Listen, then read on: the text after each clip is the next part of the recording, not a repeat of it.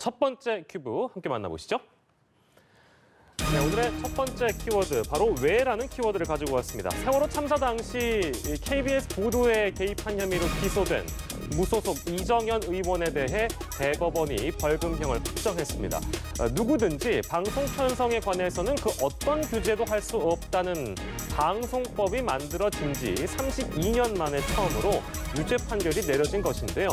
법원의 판단 이유와 의미를 허윤 변호사 그리고 곽대경 동국대 경찰사법대학 교수와 짚어보도록 하겠습니다. 두 분 어서 오십시오. 네, 안녕하세요. 예, 이정현 의원이 청와대 홍보수석이던 시절에 이 세월호 참사 당시 KBS 보도국장에게 전화를 걸었던 거, 이제 뭐 그 내역은 많이들 이제 보도가 됐는데 저희가 오늘 그 개요를 좀 짚어보도록 하겠습니다. 곽대경 교수께서 네. 어떤 사건이었는지 좀 짚어주시죠.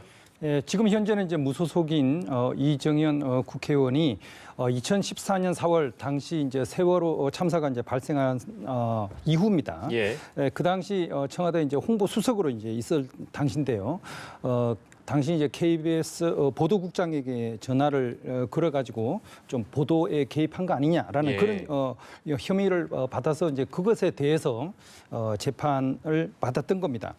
당시 뭐 정부의 대처 그리고 예. 이제 해경이 사건을 처리하는 그런 과정에서 상당히 이제 비판적인 예. 그런 보도가 나가니까 그거에 대해서 이제 항의를 하고 어떻게 보면 좀 불만을 전화상으로 이제 토로를 했던 그런 내용들이 이제 증거로 이제 제출이 된 겁니다. 예, 지금 대화 내용을 저희가 지금 보여드리고 있는데 뭐 이제 실제 음성 파일은 온라인에서 많이들 접해보실 수도 있겠는데 이거 이제 어느 정도 저희가 요약해가지고 그 대화 도중에 있었던 그 내용들 저희가 좀 정리해서 보여드렸거든요. 이정현 의원 측의 입장은 이렇습니다. 뭐 단순하게 이제 의견 개진을 한 것뿐이다. 결과를 강요한 건 아니었다. 이렇게 혐의를 부인을 해왔는데 1심, 2심 때하고 마찬가지로 대법은 유죄를 확정 지은 겁니다. 그 배경에 대해서 허윤 변호사께서 좀 짚어주시겠어요? 일단 방송 편성에 개입을 했다라는 점이 인정이 된 건데요. 예. 방송 편성이라는 것은 뭐 방송사가 어떤 프로그램을 제작을 할 때 예.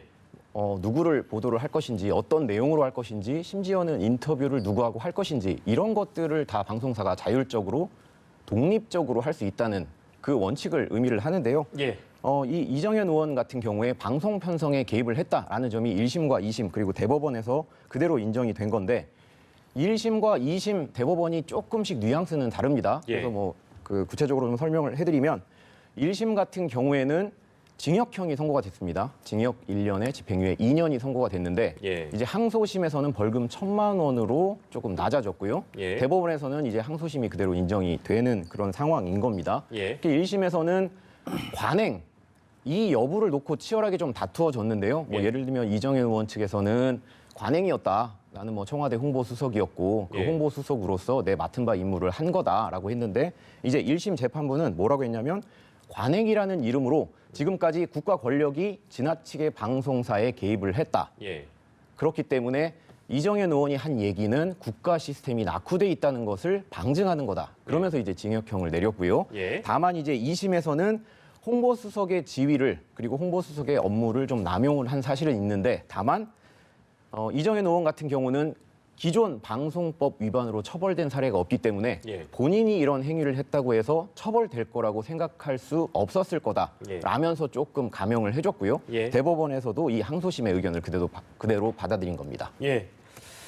1심과 2심 그리고 대법 이번 판결의 그 배경들, 근거들 저희가 짚어봤는데요. 아까도 처음에 저희가 서두에 언급을 했습니다만 이게 방송법이 만들어진 지 32년 만에 내려진 첫 번째 처벌 사례입니다. 그렇다 보니까 앞으로 이제 방송계에서도 뭐 적지 않은 영향을 미칠 것 같은 상황인데 어떻게 좀 전망을 하시는지요, 네. 박 교수님? 예, 보면 현행 방송법 제4조 그리고 제105조 거기 보면 방송 편성에 의해서 이 법 또는 다른 법률에 의하지 않고는 절대 어떠한 규제나 간섭도 하지 못하도록 예. 그래서 결국 방송 편성을 하는 데 있어서 자유와 독립을 이제 보장하는 그런 조항이 있습니다. 예. 그래서 이 조항이 사실 이제 만들어져 있었지만 32년 동안 실제로 적용된 건 이번에 이제 처음이 되는 거죠. 예. 그래서 만약에 이걸 위반했을 경우에는 징역 2년 이하 또는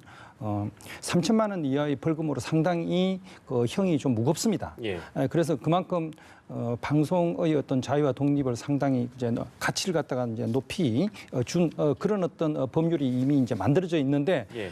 그동안은 실제로 이게 이제 적용되지 않아 가지고 그냥 상징적 의미만 있는 게 아니냐 이랬는데 실제로 이게 이제 현실에서 이제 적용된 그런 어떤 사례가 처음 나타나기 때문에 앞으로 이것은 상당히 중요한 기준이 될 것 같습니다. 예. 그래서 비록 뭐 청와대 또는 뭐 권력을 가진 사람이라고 하더라도 절대 이제 언론의 어떤 편성에 간섭을 해서 그 어떤 자유와 독립을 무너뜨리는 이런 행동은 앞으로 이제 상당히 예. 좀 조심하고 이제 자제할 수 있는 그런 어떤 근거가 마련된 거다 이렇게 의미를 파악할 수 있겠습니다. 예. 이 판결을 보면 이 대법 판결이 오늘 내려지면서 벌금형이 확정된 건데 의원직 자체는 유지를 한다면서요. 보통 우리가 이제 국회의원들 뭐 의원직 상실과 유지 뭐 이런 쪽에 판결이 났을 때 이런 부분을 좀 분석하기도 하는데 이 사건과 관련해서 어떻습니까? 뭐 일단 의원직 유지는 가능한데요. 예. 대법원도 오늘 이제 해설 자료를 내면서 첫 번째 판결의 의의로 이 판결은 예를 들면 방송 편성에 개입한 거에 대한 최초의 유죄 판결이다라는 예. 걸 첫 번째로 들었고 예. 두 번째는 이정현 의원의 의원직은 유지된다라는 예. 걸 들었는데요. 그러면서 이제 설명을 한 게 우리가 흔히 얘기하는 벌금 100만 원 이상의 형을 받으면 예. 의원직이 상실된다.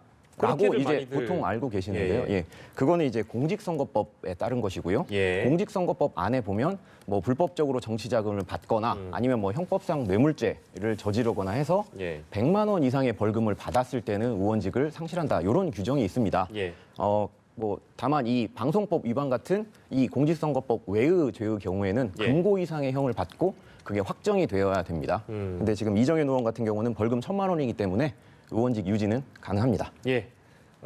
공직선거법과의 차이점, 이 사건과의 차이점을 좀 저희가 언급을 해드렸고, 자 그리고 이정현 의원은 이번 이 선고 직후에 자기 SNS에 이런 글을 올렸습니다. 최종 결정에 대해 조건 없이 승복한다. 하지만 법 조항에 모호성이 있다. 법 점검이 필요하다. 이런 지금 보여드리고 있죠.